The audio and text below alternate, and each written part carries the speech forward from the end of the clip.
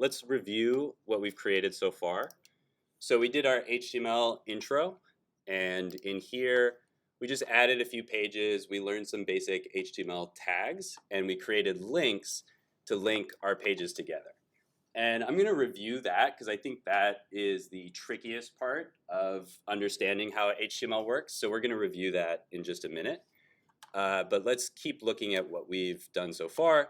We created a pages folder for the other pages in our Choose Your Own Adventure story. And for this is really just for organization. It doesn't change the functionality of the pages, but it makes our project nice and organized and easy to use.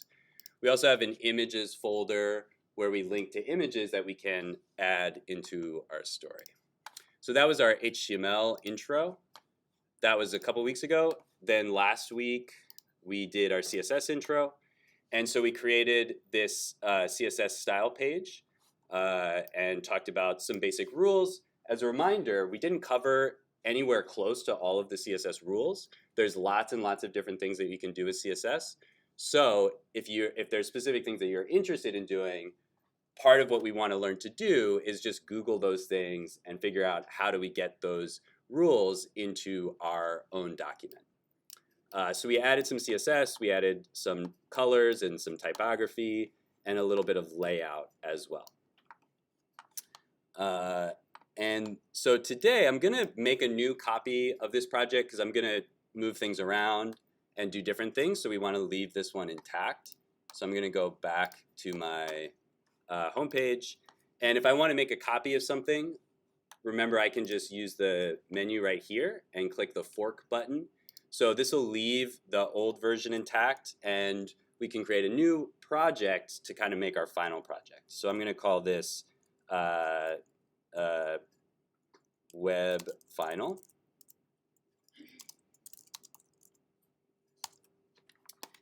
And I'm going to fork this.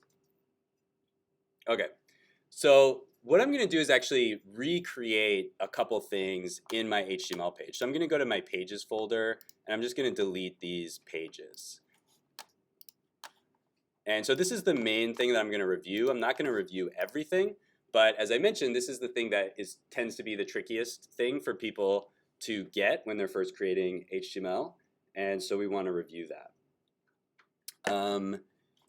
I'm going to delete this flex.html because that was just an example.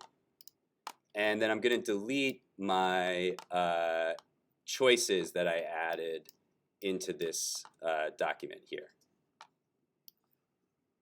So those are my little anchor tags here. So we'll review how to do all of that stuff. So now if I click on the web view, if I click on this little arrow, I'm going to open this in a new tab. And so we can see what our project looks like on the published version here. So that's a little bit better than the web view, so I'll just close out of there for now. And we can bring that back if we need to.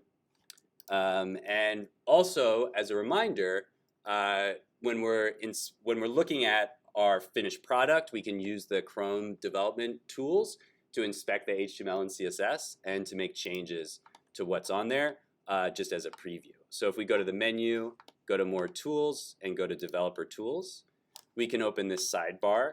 Sometimes you'll see this little this thing down here that's kind of like an announcement if there's a new version of Chrome. You can just X out of this. And so now we can see our HTML and our CSS next to each other. So we have our container that we created last week. Inside there, we have some of our main content, like the header for the page, our paragraphs with the story, and then we have our choices, which we made is a little grid so we could align them next to each other. This is just a style choice. You don't have to do this way. But we made this little choices div with our display grid. And in here we have two choices. So right now I just have an image. And so what we're going to do is link these to new pages. So now we have a div class choice with an image and another div class choice with another image. And so we're going to add our links back in here and link out to our new pages. Okay, so let's go ahead and do that. And so what I'm going to do, there's a couple of different ways to do this, but we don't want to repeat this whole process of creating all this stuff. So we can either copy and paste or duplicate files. That's the way that I'll usually go about this. So we'll create the links first, and then we'll create the files. One more thing that I haven't covered yet is that we should actually have an extra little HTML tag here. And one of the things that's nice about web development, but can make it difficult to learn, is that our browsers actually do a lot of work for us. So if we make little mistakes, oftentimes the browsers will fix it for us. So if you look at what we see in Chrome, notice that it actually added this HTML tag for me. So I have the head section and the body section, and most of this looks like what I actually wrote on my website. But I did not write an HTML tag, and so Chrome actually filled it in for me. So it doesn't do this for every mistake that you make, but there's certain mistakes where Chrome is going to like do what it can to figure out what you did wrong and fix it so that you don't have like an error or a mistake there. But if we're writing good markup, we should have an HTML tag. It seems repetitive, but what this first tag is saying is what type of document is, and it's saying it's an HTML document. And then this part, the head and the body, should actually be inside of another HTML tag that looks like this. So this first HTML tag basically tells us where the HTML begins and ends. It's not super necessary, as you can tell. Chrome will fill it in for us, but to have the right markup, we should have that in there. And there's actually a really useful tool to figure out if you've written your HTML correctly. It's called the markup validator. And so if we Google this, this is a tool that's provided by the W3C, which is an organization that oversees standards for web development.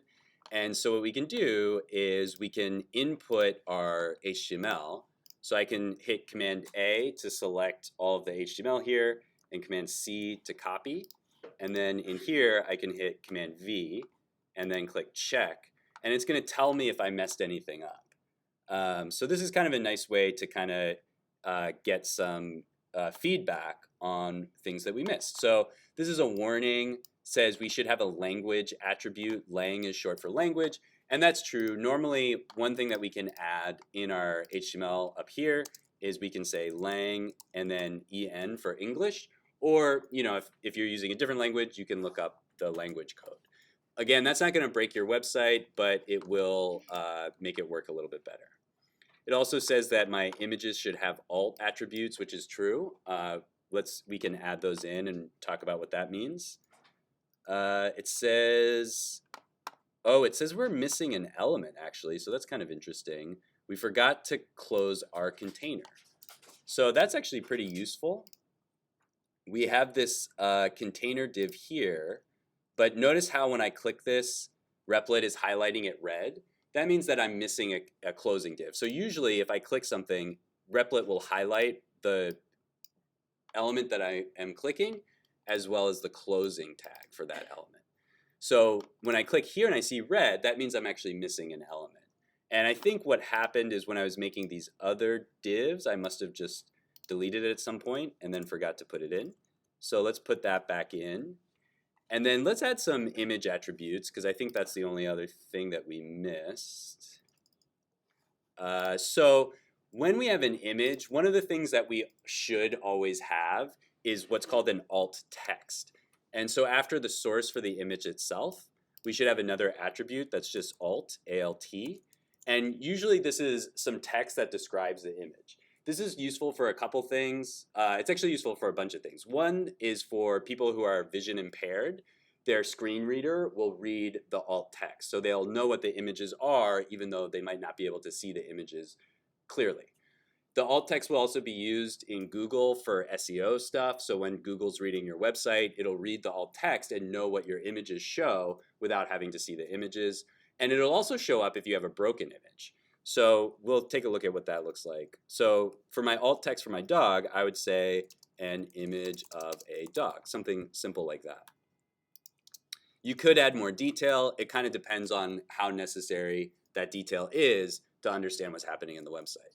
So for the cat, I'll write an image of a cat. And then I'll temporarily break these images to show you guys what this looks like. So I'm gonna put, I'll just put like some random characters at the end of these files so that they won't work correctly.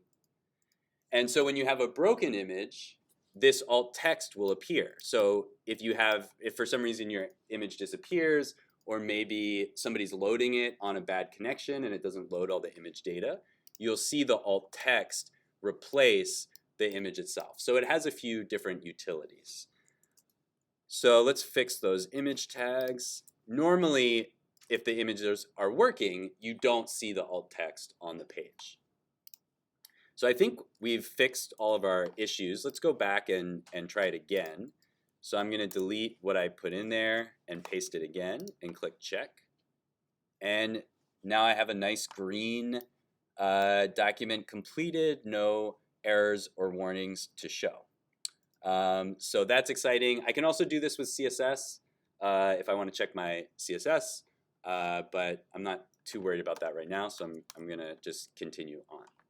Okay, so now let's add in our choices and just review our links.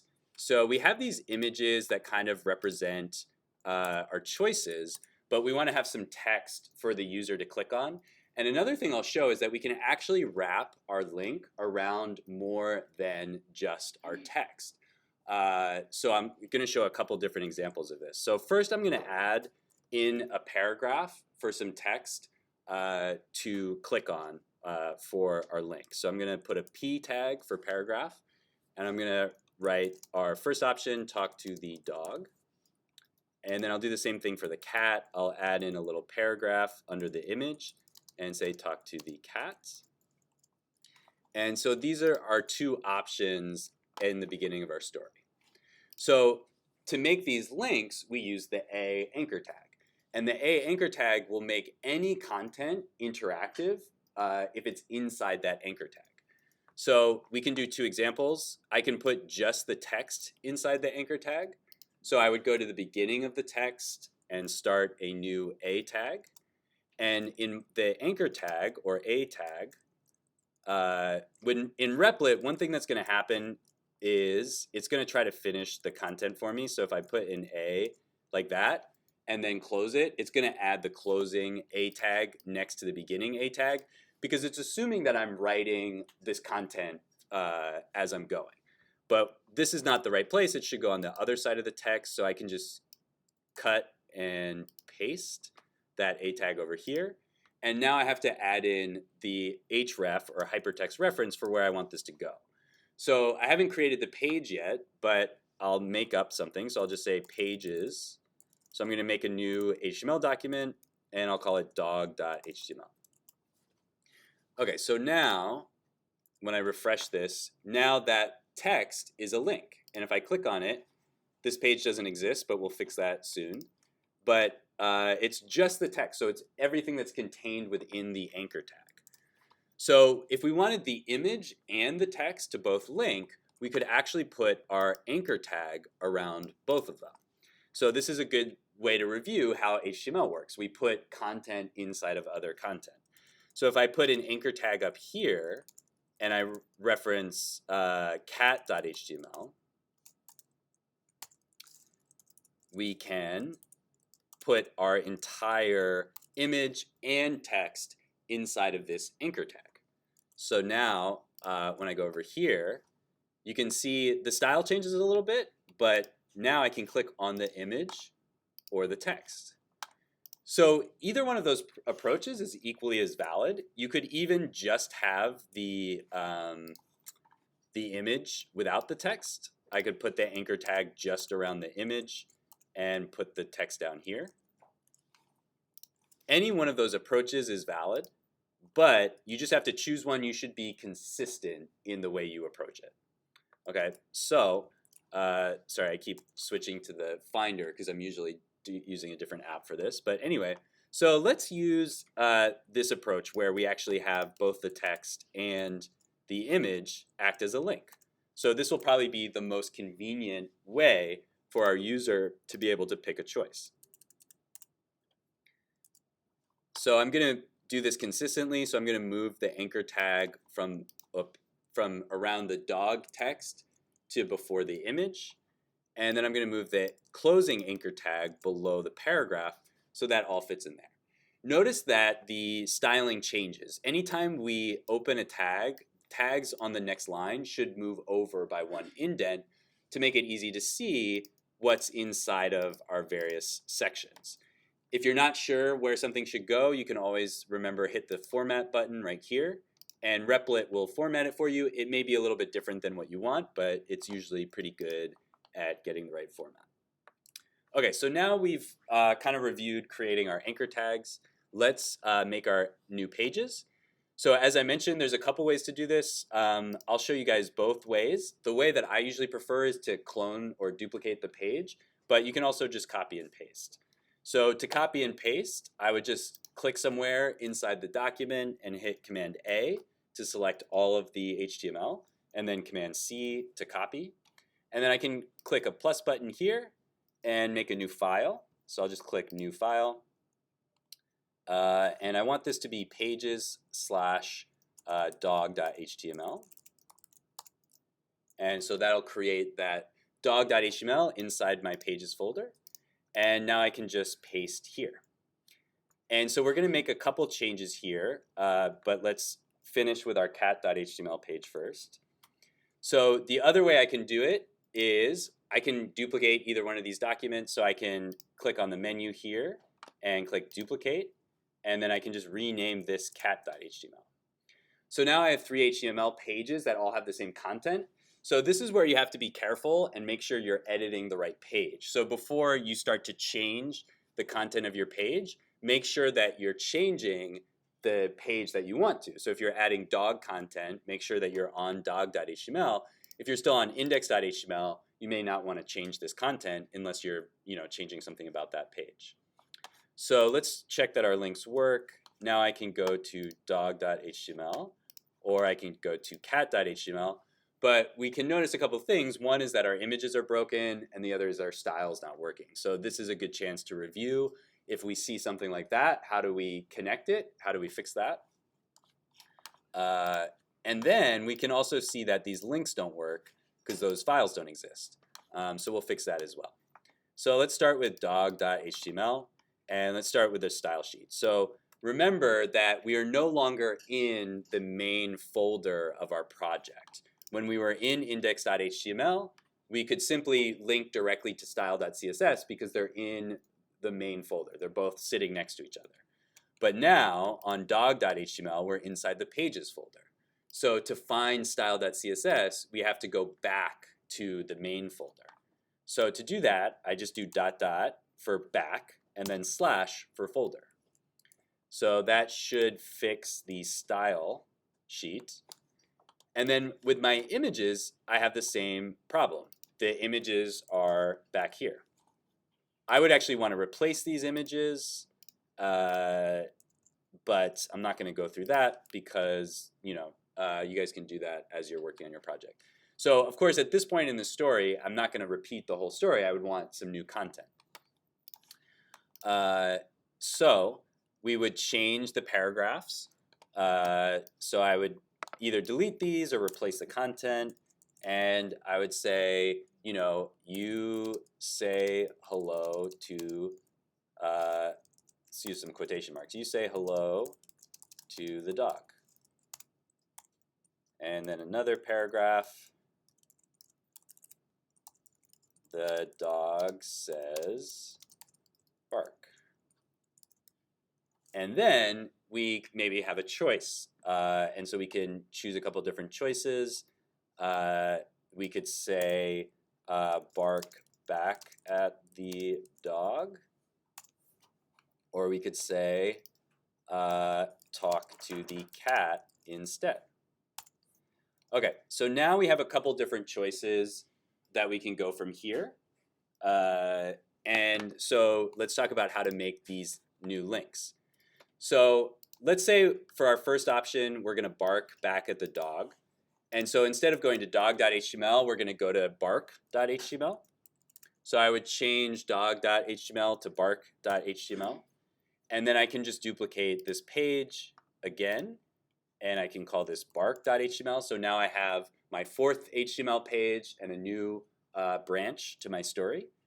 And just to quickly set this up, I'm going to go over here, and I'm just going to delete this content and say you bark at the dog, so we know this is a different page. So this is bark.html, and I'll delete these options for now since we don't know what's going to happen next. So now if I click on bark back at the dog, this should take us to bark.html, but notice what happens up here in the URL bar. We're now in a place that doesn't exist, pages/pages/bark.html. So because we didn't update this reference, we're already in the pages folder, but we're trying to go into another folder called pages. So folders are, we can have as many folders in other folders. Once we're inside pages, we don't want to go anywhere else. So to go to another HTML page in the folder that we're already in, we simply just go to bark.html. So now we can try this again. And so we're going to bark back at the dog. I'm going to refresh. It looks like that change didn't happen yet. I'm going to try again. Okay, let me make sure. Oh, see, this is a perfect example of what I was talking about before. I was editing bark.html, not dog.html, so I was actually editing the wrong page. So when you have lots of HTML pages, it can get kind of confusing to understand, to remember which page you're actually editing. So let's go back to dog.html, and here's the one I actually want to edit, this link to bark.html. So let's try that one more time. And now it works. Now we go to bark.html. So let's change our cat link. So this one we're saying talk to the cat instead. So we're really going back to a previous branch, or we're giving the same option as a previous branch. And we'll just change that to cat.html because we're still in the same folder. So I'll say talk to the cat instead. And here's my cat.html page, which I haven't updated yet. So it still has the broken styles and the broken links. So that's just a review of how these things connect to each other, how we edit the page, how we can make a copy of these pages. And so you can start to build out your story, add different options, and go down different paths. And of course, you don't always have to branch to 2 new options. Sometimes you might just have 1 option, or sometimes you might have 3 options. You can kind of choose depending on what you want your story, how you want your story to unfold. Sometimes it's good to kind of map out how you want this to work visually before you try to build the HTML. So you could get a piece of paper, you could open Photoshop, and you could kind of draw out what the branches you want to use are and get a sense of what you want the story to be before you start writing in the HTML, because the HTML can be kind of confusing. You can kind of lose track of where your pages are, especially if you're also learning the language for the first time. Okay, so I'm going to leave this as is, even though there's still a couple errors and I haven't 100% finished. But we want to post this and wrap up our assignment. So let's say I'm done, even though I'm not. Let's say I'm finished. We have 2 things. We have first the link to our project page, which is basically just this, replit.com/myusername/web-final. This will take anybody who goes here to this code, even if they're not on Replit. So if I go to an incognito window and I go to this link, this is what it's going to look like. It's not a website, it's a link to a project.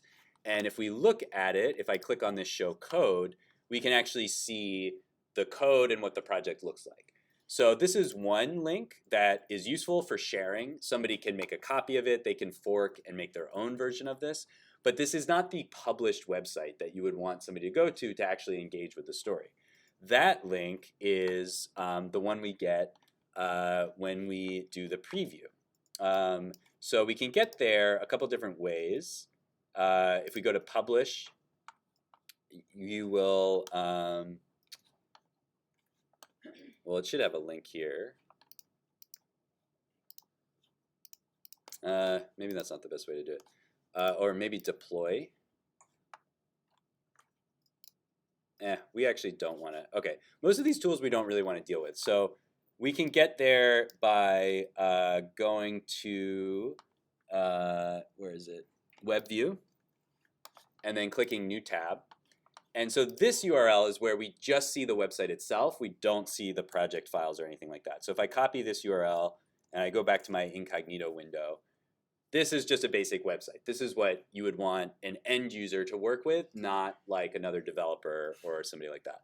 So we need to keep both of these links in mind because we need to submit both of those for our final project. So once we're ready to submit, we're going to go over to our OpenLab page. And we're going to make a new post. So I'm going to click the plus button.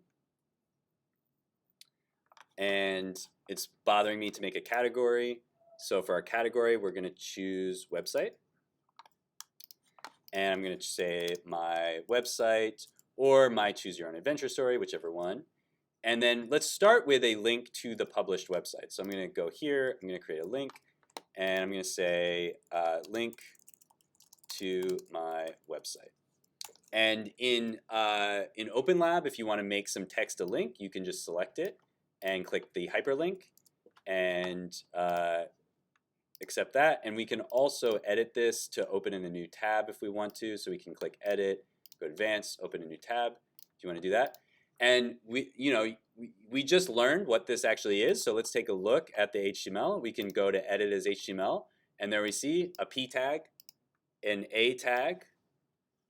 They have a lot more specific attributes in here that we haven't covered yet, but most of this we've seen before. There's an href, and then there's the text, and then the closing A tag and the closing P tag. So we can see what our WordPress blog is actually made of. It's made of HTML and CSS. Okay, so then we go to our general statement. So the title, you can say choose your own adventure or whatever the title of your project is. For the semester/year, we can just say fall 2023.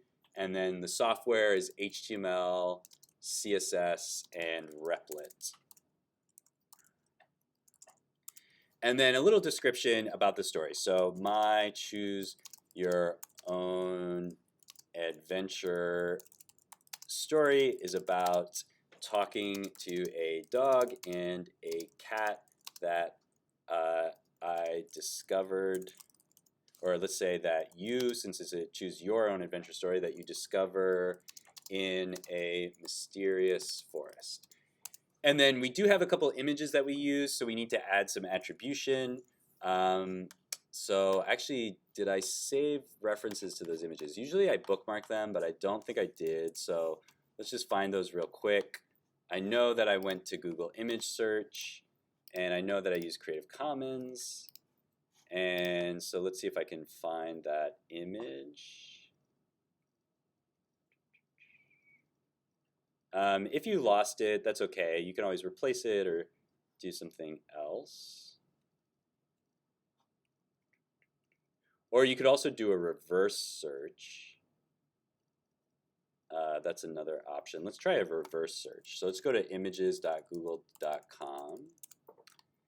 And I'll just download my images so I can reverse search them.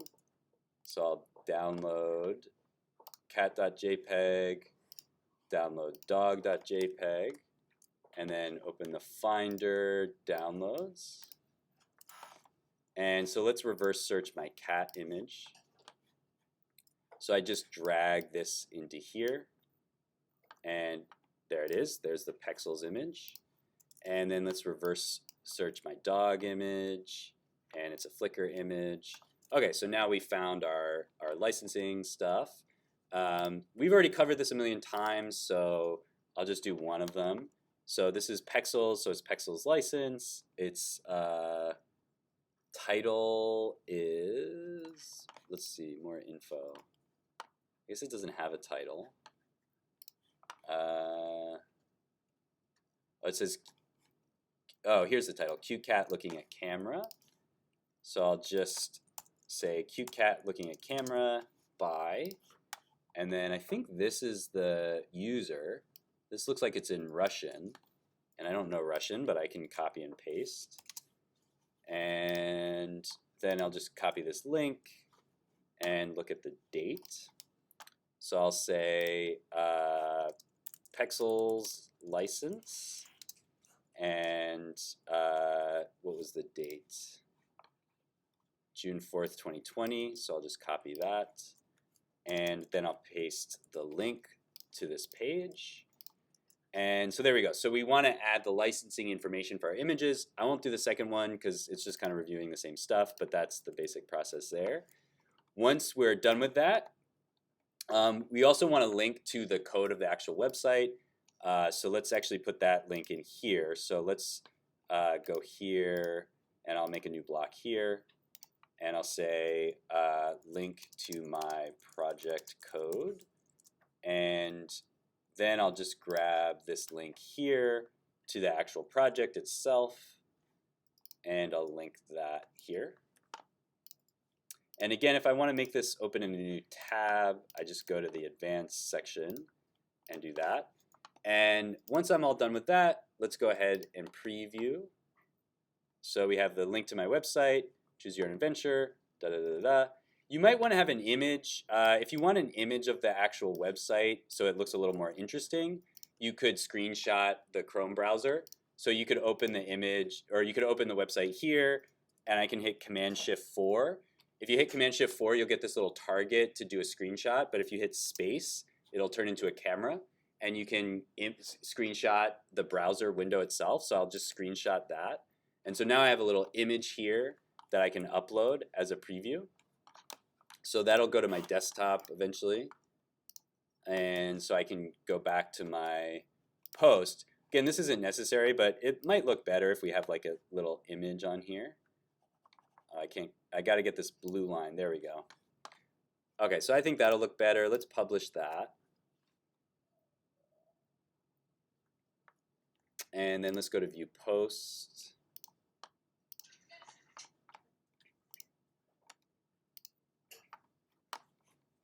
Looks like I didn't. Oh, I got to update.